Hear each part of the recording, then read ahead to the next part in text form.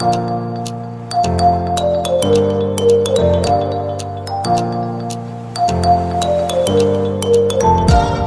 Friends, मेरा नाम है फ़हीम शेख और मैं आप सभी का बहुत बहुत स्वागत करता हूं हमारे यूट्यूब चैनल नाज कंट्रोल पैनल की ओर से।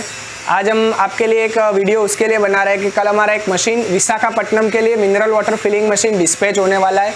जो क्लाइंट हमारे विशाखापट्टनम में है और जो वहाँ पे मशीन देखना चाहते हैं वो हमसे इस नंबर पे कांटेक्ट कर लीजिए, जो हमारे दिए गए डिस्क्रिप्शन में नंबर है, उन नंबरों पे कांटेक्ट करें और जानिए कि हमारी नई मशीन में हमने क्या क्या अपग्रेड किया है, क्या क्या न्यू टेक्नोलॉजी लाए है। और वो fully automatic water filling machine के लिए फुल्ली ऑटोमेटिक, और वो जा रहा है विशाखापट्टनम के अंदर। अगर विशाखापट्टनम के अंदर आपका कोई क्लाइंट है या किसी को देखना है मशीन, तो आप जाके उस जगह पे जाके विजिट करके देख भी सकते हैं और हमारे क्लाइंट का रिव्यू भी ले सकते हैं।